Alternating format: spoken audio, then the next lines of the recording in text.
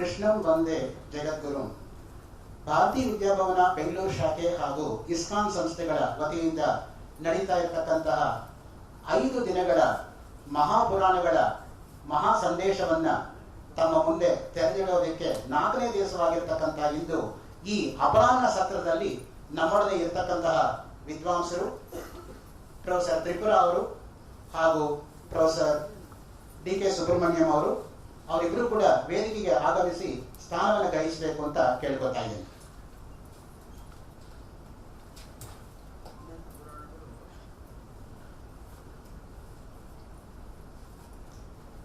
ಇದರ ನಿಮ್ಮಿಬ್ಬರ ನಂತರ ವೈಷ್ಣವ ಪುರಾಣಗಳ ಬಗ್ಗೆ ವಿದ್ವಾನ್ ಸೂರ್ಯನಾರಾಯಣ ಅವರು ತಮ್ಮ ವಕ್ತವ್ಯವನ್ನು ಪ್ರಸ್ತುತಿಪಡಿಸುತ್ತಾರೆ. ಪುರಾಣಗಳಲ್ಲಿ ಶಾಸ್ತ್ರೀಯ ವಿಷಯಗಳು ಎಂಬ ವಿಷಯವನ್ನು ಕುರಿತು ಪ್ರೊಫೆಸರ್ ಮಧುಸೂದನ ಶಾಸ್ತ್ರಿ ಹಂಪಿಹೊಳಿ ಧಾರವಾಡದಿಂದ ಬರ್ತಾರೆ. ಹಾಗೂ ಮುಖ್ಯವಾಗಿ ಭಾಷೆಗೂ ಮತ್ತು ಪುರಾಣಕ್ಕೂ ಇರತಕ್ಕಂತಹ ಸಂಬಂಧವನ್ನ ಗಂಗಾಧರ ಗೋಡೆ ಅವರು ನಡೆಸ್ಕೊಡ್ತಾರೆ. ತದನಂತರ ಕಲಾವಿದರ ಬಳಗ ಅವರಿಂದ ನಾಟಕ ಸಂಭವಾಮಿ ಯುಗೆ ಯುಗೆ. ಈಗ ಮೊಟ್ಟ ಮೊದಲನೇದಾಗಿ ತಮ್ಮ ವಕ್ತವ್ಯವನ್ನು ಪ್ರಸ್ತುತಪಡಿಸತಕ್ಕಂಥವರು ಪ್ರೊಫೆಸರ್ ವಿ.ಆರ್. ತ್ರಿಪುರ ಅವರು. ಪ್ರೊಫೆಸರ್ ವಿ.ಆರ್. ತ್ರಿಪುರ ಅವರು ಪಾರಂಪರಿಕವಾಗಿರ್ತಕ್ಕಂತಹ ಮನೆಯಿಂದ ಬಂದಿರತಕ್ಕಂಥವರು. Who has not heard the name of Vadi Shardula, ವಾದಿ ಪಂಚಾಣನ, ಮಹಾಮಹೋಪಾಧ್ಯಾಯ, ಶಾಸ್ತ್ರ ವಾರಿಧಿ V.S. Ramchandra Shastri, who was very closely associated with the Shankarmat gurus like Shri His Holiness Chandrasekhara Bharati Mahaswamigal and Abhinav Vidyatirtha Mahaswamigal, the 34th and 35th pontiffs of Sringeri Sharda Peetham, and Veda Brahma Shri V.S. Ramchandra Shastri's worthy father's worthy daughter is Professor V.R. Tripura. And who has not heard the name of Padma Shri Dr. V.R. Gauri Shankar, the present administrator of Sringeri Sharda Peetham. V.R. Gauri Shankar is younger brother to Tripura. So that is the family background with which she hails. So tradition is in our blood. Professor V.R. Tripura is Associate Professor in Sanskrit, Government Ramnarayan College of Commerce and Management.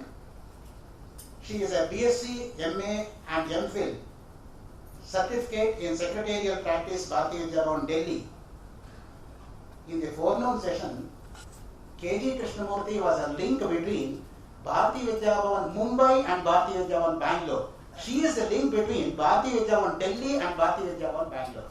That's the connection between forenoon and afternoon sessions. Critical appreciation of Navasahasanka Charitam. On that, she has done extensive research. She has got 33 years of teaching experience. Her special interests are theatre and management studies. And many books she has edited and translated. Just to mention a few of them: Karma Yoga of Bhagavad Gita, published from Prasaranga, Bangalore University, which has been a prescribed textbook for BA classes. Balakanda of Champu Ramayana. Then Balacharitam of Bhasa. All the books are published from Prasaranga, Bangalore University. She was honored with a citation for her contribution to the theatre by Natya Rani Shantala Kalasanga, and she is also the recipient of Best Teacher Award conferred by HDFC Bank in the year 2013. With these few remarks, I invite Professor Tripura to shed light on her topic. Over to Professor Tripura. Swagattaviva samprukta Swagatta pratipattaye Jagata Pitaru Vande Parvati Parameshwari. ವೇದಿಕೆಯ ಮೇಲೆ ಉಪಸ್ಥಿತರಿರುವಂತಹ ಜ್ಞಾನ ವೃದ್ಧರಿಗೂ, ವೇದಿಕೆಯ ಮುಂದೆ ಉಪಸ್ಥಿತರಿರುವಂತಹ ಜ್ಞಾನ ಪಿಪಾಸುಗಳಿಗೂ ಕೂಡ ಭೂಯೋ ಭೂಯೋ ನಮಾಮ್ಯ. ಮತ್ತೆ ಮತ್ತೆ ನಾನು ನಮಸ್ಕರಿಸುತ್ತಾ, ಇಂದು ನನಗೆ ಕೊಟ್ಟಿರುವಂತಹ ವಿಷಯ ಪೊಯಟ್ರಿ ಆಫ್ ಪುರಾಣ ಅಂತ ಕೊಟ್ಟಿದ್ದಾರೆ. 4 ದಿವಸಗಳಿಂದ ಸಾಕಷ್ಟು ತಾವುಗಳೆಲ್ಲ ಪುರಾಣಗಳ ಬಗ್ಗೆ, ಅದು ಬೆಳೆದು ಬಂದ ರೀತಿ ಎಲ್ಲವನ್ನೂ ಕೂಡ ನೀವು ಕೇಳಿದ್ದೀರಾ. ಅದರಿಂದ ನಾನು ಪ್ರಸ್ತುತ ನನಗೆ ಕೊಟ್ಟಿರುವಂತಹ ವಿಷಯವನ್ನ ಮಾತ್ರ ಇಲ್ಲಿ ನಾನು ಓದಲು ಬಯಸುತ್ತೇನೆ. ನಾನು ಆಂಗ್ಲ ಭಾಷೆಯಲ್ಲಿ ಲೇಖನವನ್ನು ಬರೆದಿದ್ದೀನಿ, ಆದರೆ ಮಧ್ಯೆ ಮಧ್ಯೆ ಕನ್ನಡದಲ್ಲಿ ನಾನು ಹೇಳಬಲ್ಲೆ. ಯಾಕೆಂದ್ರೆ ಅಭ್ಯಾಸ ಬಲ, ಪಾಠ ಮಾಡ್ತಾ ಮಾಡ್ತಾ ಎರಡೂ ಭಾಷೆಯಲ್ಲಿ ಪಾಠ ಮಾಡೋದ್ರಿಂದ ಎರಡೂ ಭಾಷೆಯನ್ನ ನಾನು ಸಾಮಾನ್ಯವಾಗಿ ಉಪಯೋಗಿಸ್ತಾ ಇರ್ತೀನಿ. Poetry of Puranas. The meaning of the Sanskrit word for poetry is kavya. This word, it may be noted, is equally applicable to verse and prose, and it is explained as kavi karma. That is, poetry is what poet writes.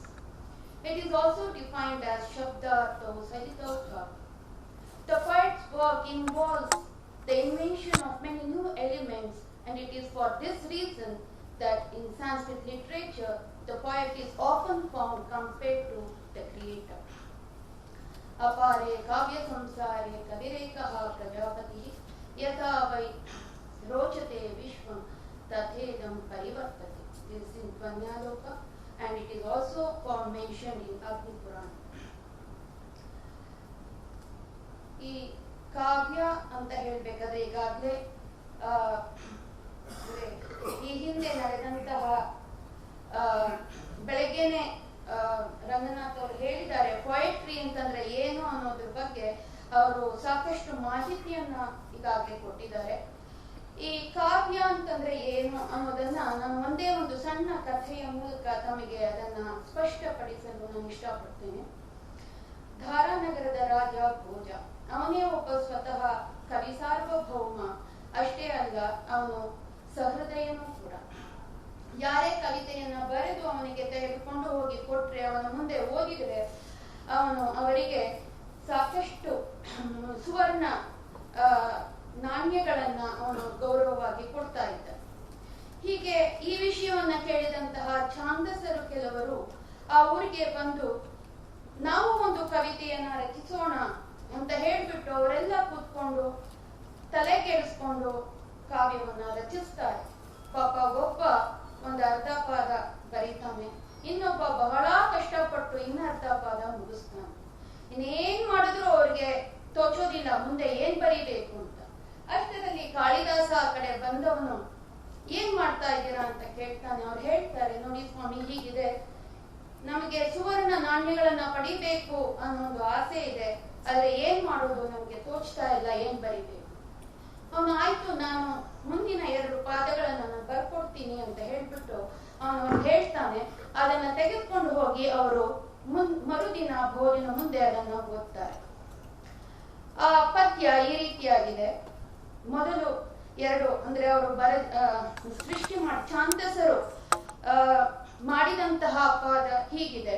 ಭೋಜನಂ ದೇಹಿ ರಾಜೇಂದ್ರ ಘೃತಸೂಪ ಸಮನ್ವಿತಂ ಮಾಹಿಷಂ ಚ ಶರಚಂದ್ರ ಚಂದ್ರಿಕಾ ಧವಲಂ ದಲಿ. ಇದನ್ನ ಕೇಳ್ತಾನೆ ಭೋಜರಾಜ. ಅವನು ಹೇಳ್ತಾನೆ, ನೀವೇನ್ ಬರ್ದಿದ್ದೀರಾ ಸಂತೋಷ, ಆದ್ರೆ ಈ 2ನೇ ಪಾದ ಇದೆಯಲ್ಲ, ಅದು ಖಂಡಿತ ತಾವು ಬರ್ದಿದ್ದಲ್ಲ ಅಂತ ಅನ್ಸತ್ತೆ ಅಂತ ಹೇಳ್ತಾನೆ. ಯಾಕೆಂತಂದ್ರೆ ಒಂದ್ ಕಡೆ ಹೇಳ್ತಾರೆ, ಕವಿತಾ ರಸ ಮಾಧುರ್ಯಂ ಕವಿರ್ ವೇತಿನ ತತ್ ಕವಿಹಿ ಭವಾನಿ ಭ್ರೂಕುಟಿ ಭಂಗಂ ಭವೋ ವೇತಿನ ಭೂಧರಃ ಅಂತ ಹೇಳ್ತಾರೆ. ಅಂದ್ರೆ ಒಬ್ಬ ಸಹೃದಯ ಕವಿ ಬರೆದಿರುವಂತಹ ಕಾವ್ಯವನ್ನ ಬಹಳ ಚೆನ್ನಾಗಿ ಅವನು ಅರ್ಥ ಮಾಡಿಕೊಳ್ಳಬಲ್ಲ. ಭೋಜ ಆ ರೀತಿಯಾದಂತಹ ಒಬ್ಬ ಸಹೃದಯ ಆದ ಕಾರಣದಿಂದ ಆ 2ನೇ ಸಾಲನ್ನ ಕೇಳಿದ ತಕ್ಷಣವೇ ಅವನಿಗೆ ಅರ್ಥವಾಯಿತು, ಇದು ಇವರು ಬರೆದಿರೋದಲ್ಲ, ಇದು ಯಾರೋ ಒಬ್ಬ ಕವಿ ಬರೆದಿರುವುದು ಅಂತ.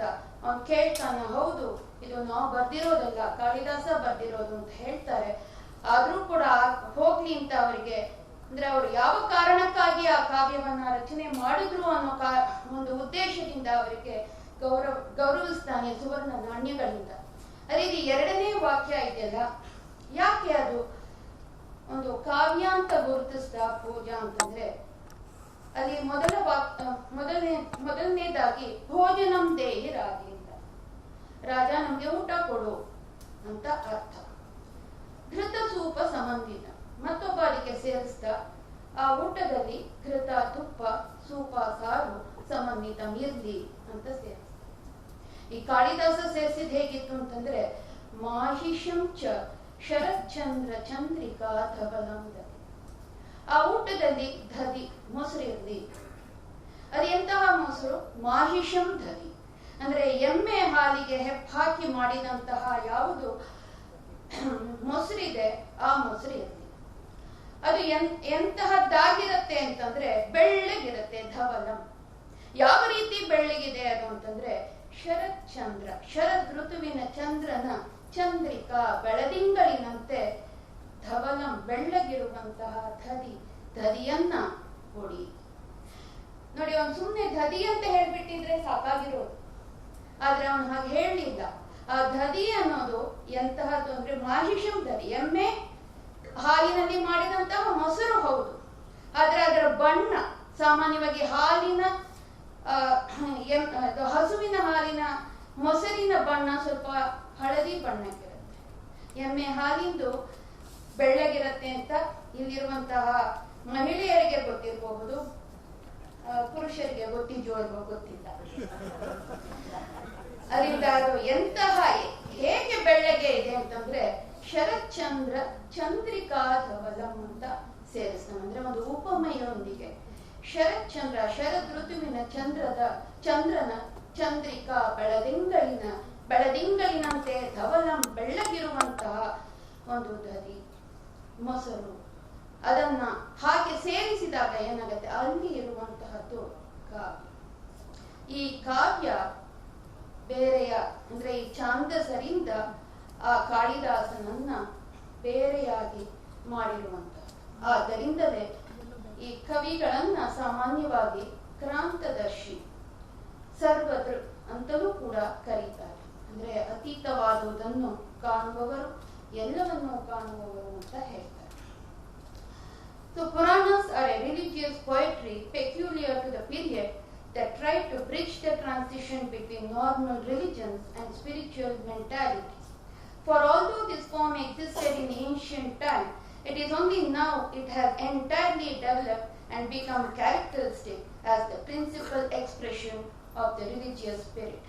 The literary sense in the Puranas is an art of aesthetic presentation of religious truth. There may be few sloppy verses that makes them dull and dreary, but on the whole, the poetic method employed is justified by the richness and power of creation.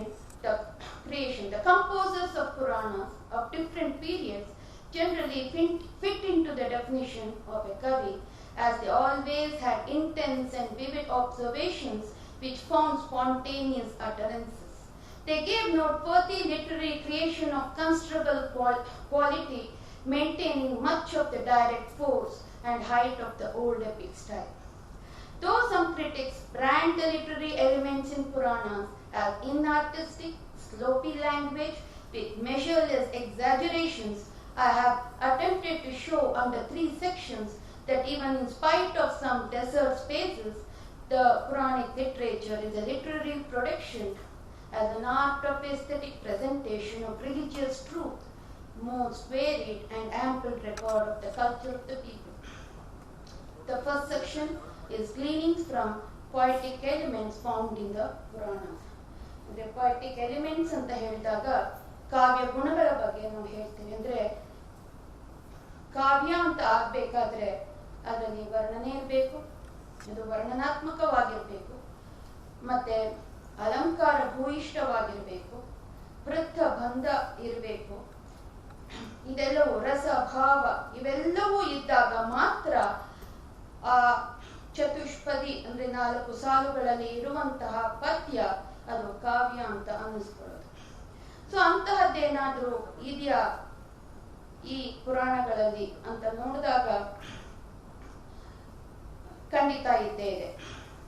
In ಕಾವ್ಯಾನುಶಾಸನ of Hemachandra it is said, Nodita Kavita Loke Yavat Jata Navarnama. The literary convention of the Indian poets was that they should give volume to the literary work and enhance its beauty through description. Puranas too do not lag behind at this convention.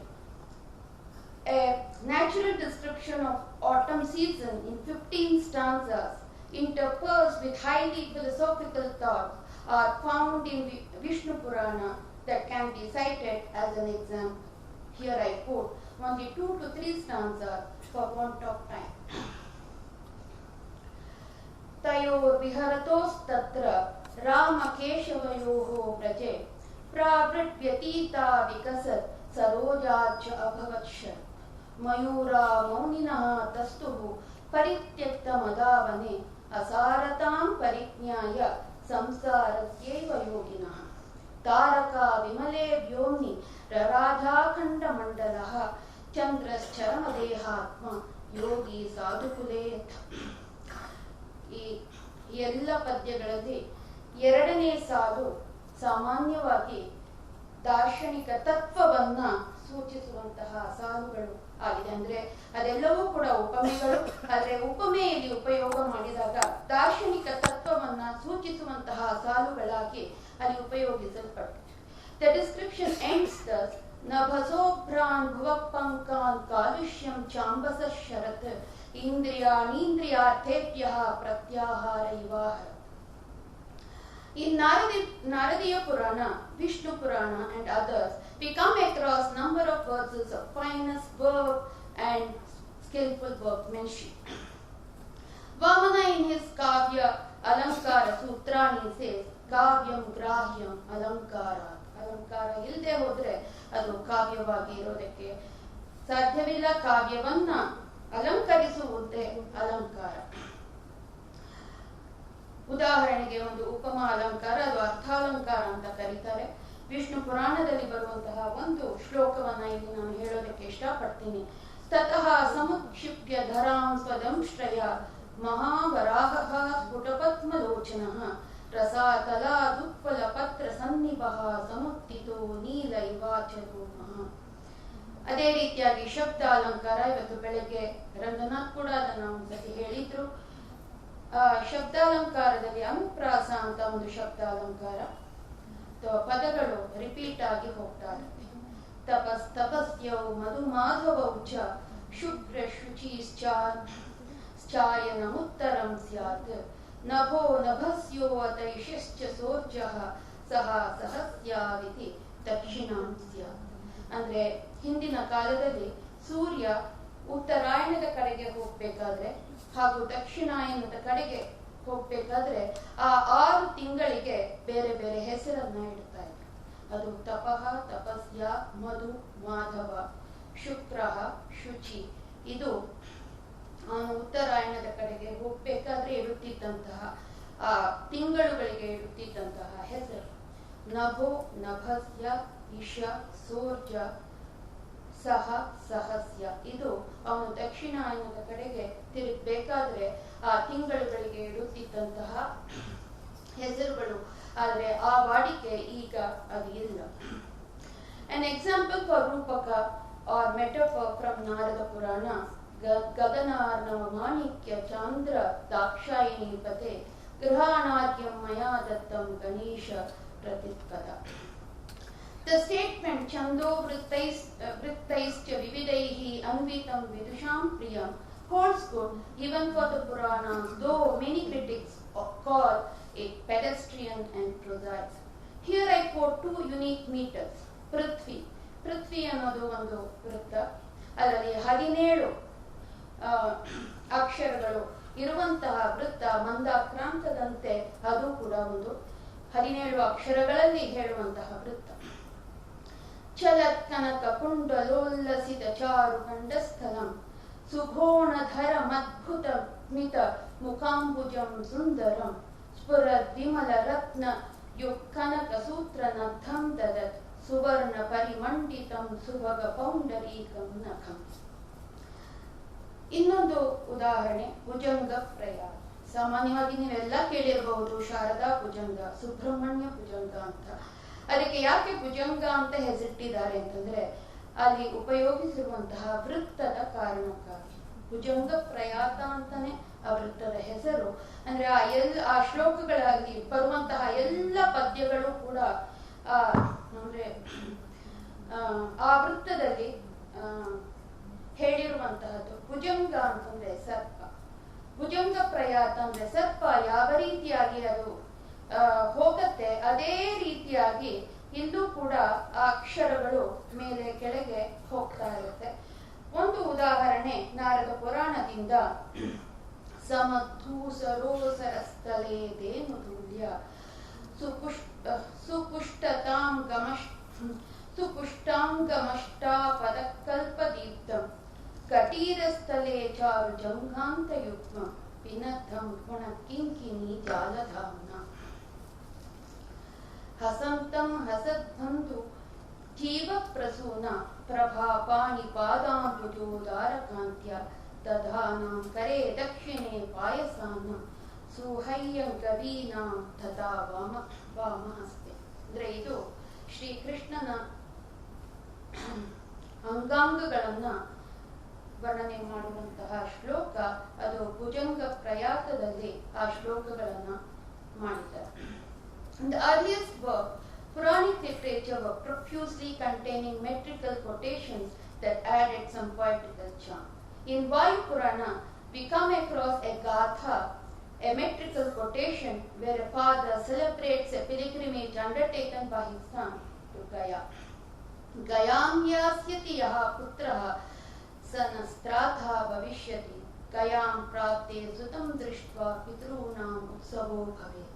ಅಂದ್ರೆ ಈಗಿನ ಕಾಲದಲ್ಲಿ ಗಯೆಗೆ ಯಾರೂ ಹೋಗಲ್ಲ ಅಂತ ಅನ್ಕೊಳ್ತೀನಿ. ಕೇವಲ ಸಾಂಪ್ರದಾಯಿಕ ಮನೆತನದವರು ಮಾತ್ರ ಗಯೆಗೆ ಹೋಗ್ತಾರೆ. ಗಯೆಗೆ ಹೋಗಿ ಅಲ್ಲಿ ಪಿತೃ ಶ್ರಾದ್ದವನ್ನ ಮಾಡಿದ್ರೆ ಎಷ್ಟೋ ಜನ್ಮಗಳ ಅಂದ್ರೆ ಹಿಂದಿನವರ ವಂಶಸ್ಥರಿಗೆಲ್ಲರಿಗೂ ಕೂಡ ಮೋಕ್ಷ ಪ್ರಾಪ್ತಿಯಾಗತ್ತೆ ಅಂತ ಅಲ್ಲಿ ಒಂದು ಪ್ರತೀತಿ ಇದೆ, ನಂಬಿಕೆ ಇದೆ. ಅದೇ ರೀತಿಯಾಗಿ ಇಲ್ಲೂ ಕೂಡ ಈ ಪುರಾಣದಲ್ಲಿ, ವಾಯು ಪುರಾಣದಲ್ಲಿ ಬರುವಂತಹ ಈ ಗಾಥ, ಅದರಲ್ಲಿ ತಂದೆ ತನ್ನ ಮಗ ಗಯೆಗೆ ಹೋಗ್ತಾನೆ ಅಂತ ಹೇಳಿದ್ರೇನೆ, ಅವನು ಹೋಗಿ ಬರ್ತಾನೆ ಅಂತ ಕೇಳಿದ ತಕ್ಷಣ ಅವನು ಉತ್ಸವವನ್ನ ಆಚರಿಸ್ತಾನೆ ಅಂತ ಹೇಳುವಂತಹ ಗಾಥ ಇದು. ಈ ಪುರಾಣಗಳಲ್ಲಿ ಅಂದ್ರೆ ಕಾವ್ಯ ಅಲಂಕಾರಿಕ ಶಾಸ್ತ್ರಕ್ಕೆ ಸಂಬಂಧಪಟ್ಟಂತಹ ವಿಷಯಗಳು ಕೂಡ ಇಲ್ಲಿ ಗೂಢವಾಗಿದೆ.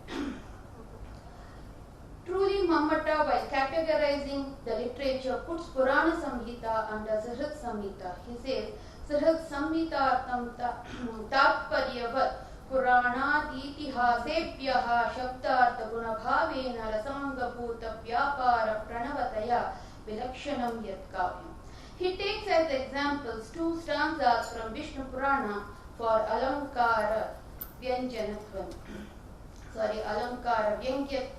Tadaprapti mahadukka vilinashesha patakam tachinta vipulahlada kshina punya chaya tatha. According to the rhetoric, the primary sentiment evoked in the Purana is Shanta. Pandita Raja Jagannatha shows how the sentiment Shanta is evoked on hearing the recitations from the Puranas. In the last chapter of Bhagavata Purana, after hearing the legend of Lord Vishnu, who is Anadhi Nidhana,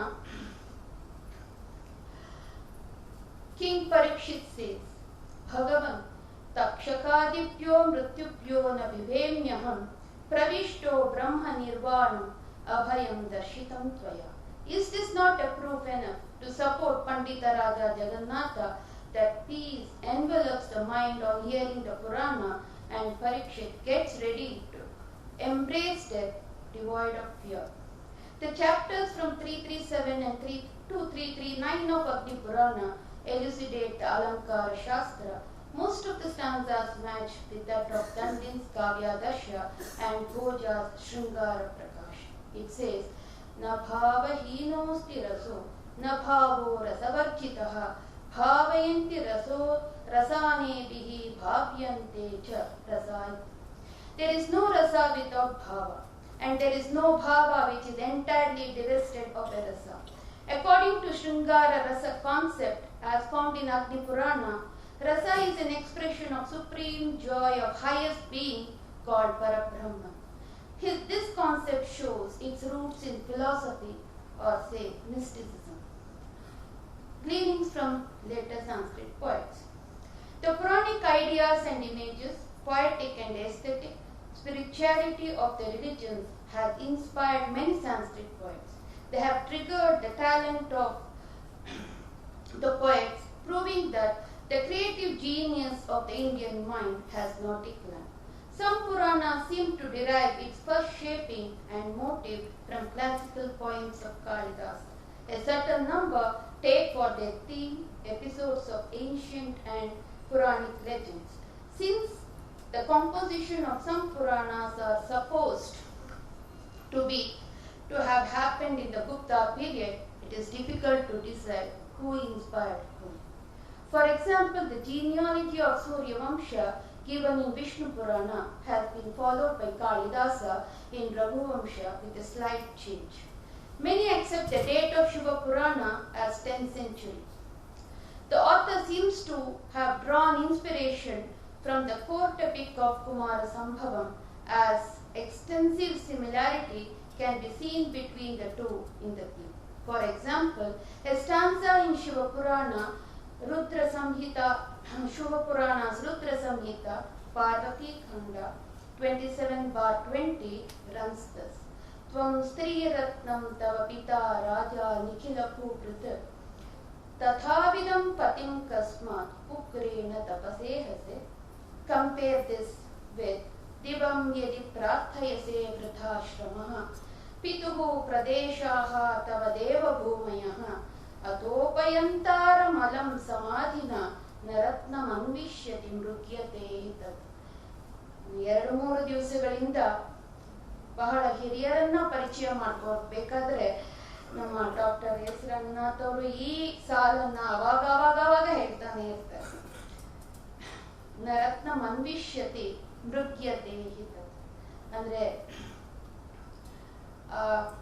ರತ್ನ ಅಂದ್ರೆ ರತ್ನವನ್ನ ಯಾರು ಕೂಡ ಹುಡ್ಕೊಂಡು ಹೋಗೋದಿಲ್ಲ, ಅದು ತಾನಾಗಿ ಅದರ ಕಡೆಗೆ ಬರುತ್ತೆ. ಮೃಗ್ಯತೆ ಹಿತತ್ ಅಂತ ಅದಕ್ಕೆ ಅರ್ಥವನ್ನ ಹೇಳ್ತಾರೆ. Naradiya Purana belonging to 9th century has this line. Aviveko hi sarvesham apadam paramapadam. Poet Bharavi, who is known for profundity of thought, makes a statement that has the same import of meaning. Sahasa vidadita nakriyam avivekaha paramapadam.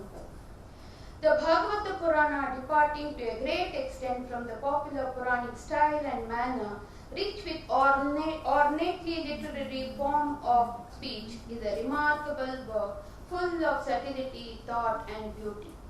This Purana started a movement called Bhakti movement, an evolution of the emotional and ecstatic religion of devotion. In Bhagavata Purana, Lord Krishna, indulging in the erotic dalliance with the Gopikas of Braj, takes center stage, which is meant for the union of human spirit with Paramatma.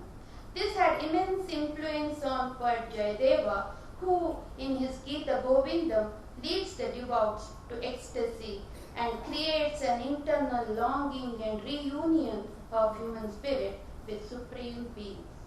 A peculiar power of Puranic religion and poetry is in turning all the human emotions Godward. Innate and intense devotion is most absorbing of them all. This has nowhere been used with so much power and sincerity as in the work of Bhattatiri in Narayani. This Stotrakavya is an abridged version of various episodes and expositions contained in the 9 chapters of Bhagavata Purana. Some modifications and radical changes in presentation effected by the poet has turned him into poet par excellence. As has been said earlier, Abhignana Shakuntalam was taken from Shakuntalopakhyanam of Padma Purana. ಇದರಲ್ಲಿ ಕೆಲವರು ಪದ್ಮ ಪುರಾಣದಿಂದ inspire ಆದವನು ಕಾಳಿದಾಸ ಅಂತ ಹೇಳ್ತಾರೆ. ಅದನ್ನ contrary ಆಗು ಕೂಡ ಹೇಳ್ತಾರೆ. ಮತ್ತೆ ವಿಕ್ರಮೋರ್ವಶೀಯದಲ್ಲಿ ಬರುವಂತಹ ವಿಕ್ರಮೋರ್ವಶೀಯ ಎಂಬ ಒಂದು ನಾಟಕವನ್ನು ಅವನು ಏನು ರಚಿಸಿದ್ದಾನೆ ಅದು ಊರ್ವಶಿ ಉಪಾಖ್ಯಾನ ಮತ್ಸ್ಯ ಪುರಾಣದಲ್ಲಿ ಬರುವಂತಹದ್ದು. ಅದರಿಂದಲೂ ಕೂಡ ಅವನು ಪ್ರೇರೇಪಿತನಾಗಿ ಅದನ್ನ ಬರೆದಿದ್ದಾನೆ ಅಂತ ಹೇಳುವುದು ಕೂಡ ಉಂಟು. Thus the Puranas have exercised a powerful influence on the subsequent literary compositions, and the poets as well as dramatists have turned to them for theme and even for style. I would like to end this deliberation, the paper, the Kam Pracha Mahasuraha Swarge Nivasamo Vayam Bhuvi Kimva Kavyarasaha Swaduhu Kimva Swadiyasi Sura. ನಾನು ಸಾಕಷ್ಟು ಇದರ ಬಗ್ಗೆ ಬರ್ದಿದ್ದೀನಿ. ಅಂದರೆ ನಾನು ಒಂದೆರಡು ದಿವಸ ಬಂದು ಇಲ್ಲಿ ಕೂತ್ಕೊಂಡು ನೋಡ್ತಾ ಇದ್ದಾಗ ಒಂದು 25 ನಿಮಿಷ ಆಗಿದ ತಕ್ಷಣ ಚೀಟಿಗಳು ಬರ್ತಾ ಇರುತ್ತೆ, ಬೇಗ ಮುಗಿಸಿ.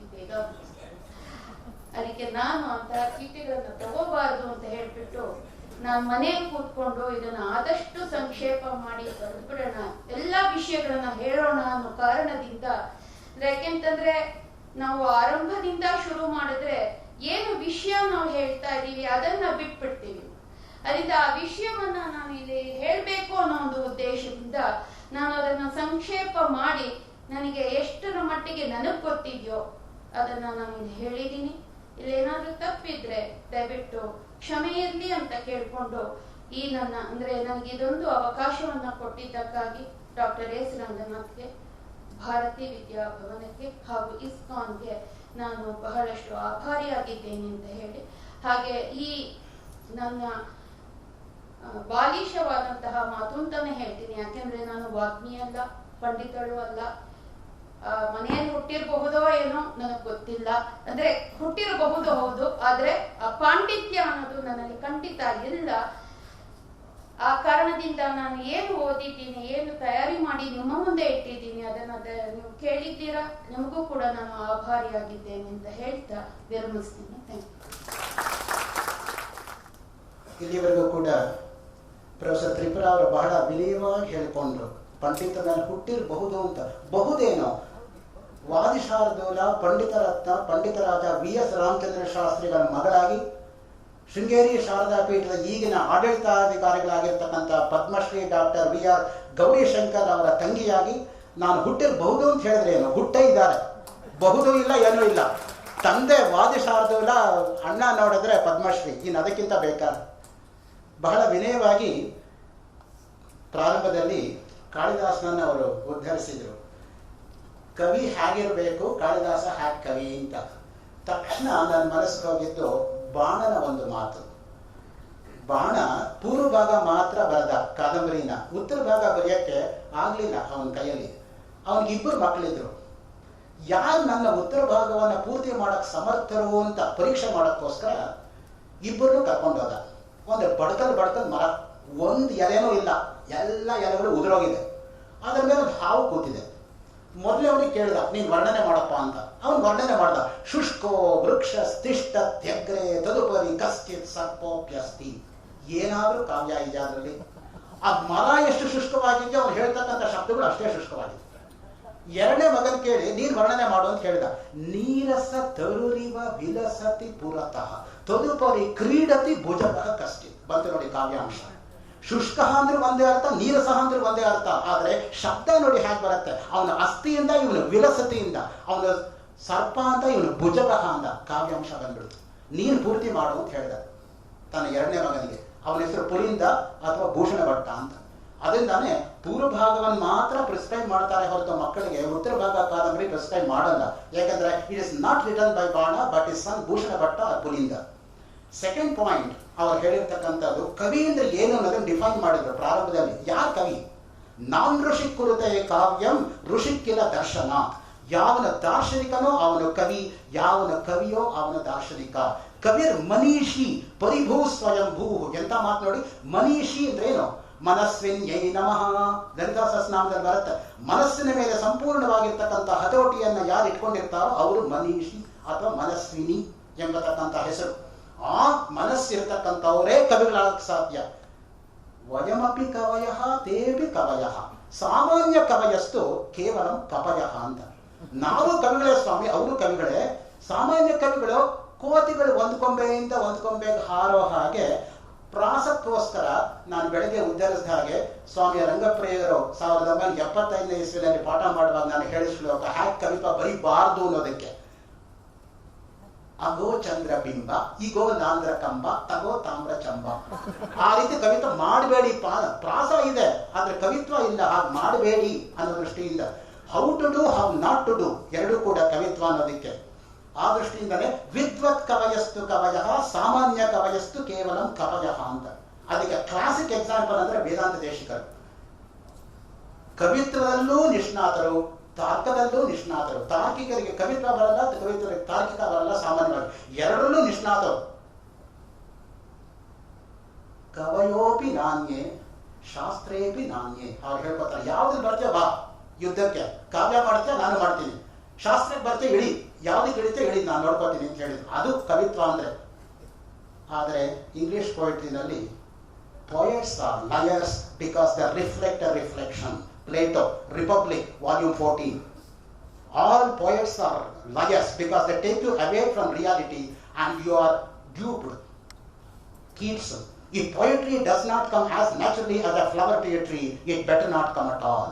ಸಹಜವಾಗಿ ಬರಬೇಕು ಕವಿತ್ವ ಎಂಬತಕ್ಕ. ಹೆಂಗೆ ಶಂಕರಾಚಾರ್ಯರ ಸ್ತೋತ್ರ ತರಹ ಮುದಕರಾತ್ತ ಮೌದಕಂ ಸದಾ ವಿಮುಕ್ತಿ ಸಾಧಕಂ ಕಲಾಧರಾವತಂಸಕಂ ವಿಲಾಸಿ ಲೋಕ ರಕ್ಷಕಂ ಅನಾಯಕೈಕ ನಾಯಕಂ ವಿನಾಶಿತೇವ ದೈತ್ಯಕಂ ನತಾಶುಭಾಷ ನಾಟಕಂ ನಮಾಮಿತಂ ವಿನಾಯಕಂ ನತೇತರಾತಿ ಭೀಕರಂ ನವೋದಿತಾರ್ಕ ಭಾಸ್ವರಂ ನವತ್ಸುರಾರಿ ನಿರ್ಜರಂ ನತಾದಿಕಾಪದುದ್ದರಂ ಸುರೇಶ್ವರಂ ನಿಧೀಶ್ವರಂ ಗಜೇಶ್ವರಂ ಗಣೇಶ್ವರಂ ಮಹೇಶ್ವರಂ ತಮಾಶ್ರಯೇ ಪರತ್ಪರಂ ನಿರಂತರಂ ಸಮಸ್ತ ಲೋಕ ಶಂಕರಂ ನಿರಸ್ತ ದೈತ್ಯ ಗುಂಚರಂ ದರೇತರೋದರಂ ವರಂ ವರೇಭವತ್ರಮಕ್ಷರಂ ಕೃಪಾಕರಂ ಕ್ಷಮಾಕರಂ ಮುದಾಕರಂ ಯಶಸ್ ಮನಸ್ಕರಂ ನಮಸ್ಕೃತಂ ನಮಸ್ಕರೋಮಿ ಭಾಸ್ವರಂ ಅಕಿಂಚನಾರ್ತಿ ಮಾರ್ಜನಂ ಚಿರಂತನೋಕ್ತಿ ಭಾಜನಂ ಪುರಾರಿ ಪೂರ್ವನಂದನ ಸುರಾದಿ ಗರ್ವ ಚರ್ವಣಂ ಪ್ರಪಂಚ ನಾಶ ಭೀಷಣ ಧನಂಜಯಾದಿ ಭೂಷಣ ಕಪೋಲದಾನ ವಾರಣಂ ಭಜೇ ಪುರಾಣ ವಾರಣಂ ನಿತಾಂತಕಾಂತ ದಂತಕಾಂತ ಮಂತಕಾಂತ ಕಾತ್ಮಜಂ ಅಚಿಂತ್ಯ ರೂಪ ಮಂತಹೀನ ಮಂತರಾಯ ಕೃಂತನ ಹೃದಂತರೇ ನಿರಂತರಂ ವಸಂತಮೇವ ಯೋಗಿನ ತಮೇಕದಂತಮೇಕಮೇವ ಚಿಂತಯಾಮಿ ಸಂತತಂ. That is poetry. ಬಂದ್ರೆ ಆ ತರಹ ಬರಬೇಕು ಕವಿತ್ವ. ಈ ತರ ಬರ್ದೇನು ಪ್ರಯೋಜನ, ನಾನು ಬರೀತೀನಿ ಅಂತ. ಇಂಗ್ಲಿಷ್ ಪೊಯಿಟ್ರಿ ತೆಗೆದುಕೊತೀರಾ, ಶೇಕ್ಸ್ಪಿಯರ್ ತರ ಬರೀರಿ. Merchant of Venice, act second, scene third, line 42 to line 56, Portia speech. The quality of mercy is not framed, it represents the gentle rain from heaven upon the place beneath. It's priceless. It is him that gives and him that takes, it mightiest in the mightiest. It becomes a throne monarch better than his crown. His scepter shows the force of temporal power, the attribute on majesty. Wherein that sit the dread and fear of kings, but mercy is above the sceptred sway. It is enthroned in the hearts of kings. It is an attribute to God himself. An earthly power doesn't show like his guards when mercy seasons justice. That is English poetry. ಬರೀತಿಯಾ ಆ ತರಹ ಬರೀ, ಇಲ್ಲ ಬಂದ್ರೆ ಪ್ರಯತ್ನ ಮಾಡಬೇಡ ಅಂತ. ಅದಕ್ಕೆ ನನ್ನ ಹತ್ರ ಬರೀಬಾರದು. ಯಾಕೆ ನಾನು ಕವಿ ಅಲ್ಲ, ಗಣೇಶ್ ಕವಿ. ನಾನು ಕವಿ ಅಲ್ಲ, ನಾನು ಬರೆಯಕ್ಕೆ ಹೋದ್ರೆ ಕವಿ ಆಗ್ತೀನಿ. ಕವಿ ಕರೋತಿ ಕಾವ್ಯಾನಿ ರಸಂ ಜಾನಾತಿ ಪಂಡಿತ. ಅದಕ್ಕೆ ಹೇಳೋದು ಕವಿಗೆ ರಸದ ಬಗ್ಗೆ ಜ್ಞಾನ ಇರಲ್ಲ, ಬರ್ಕೊಂಡು ಹೋಗ್ತಾನೆ, ಅದು ಬರ್ಸಿಸ್ಕೊಂಡು ಹೋಗತ್ತೆ ಅವನ ಕೈಯಲ್ಲಿ. ಅವನು ಬರೆಯೋದಲ್ಲ, ಬರ್ಸಿಸ್ಕೊಂಡು ಹೋಗತ್ತೆ.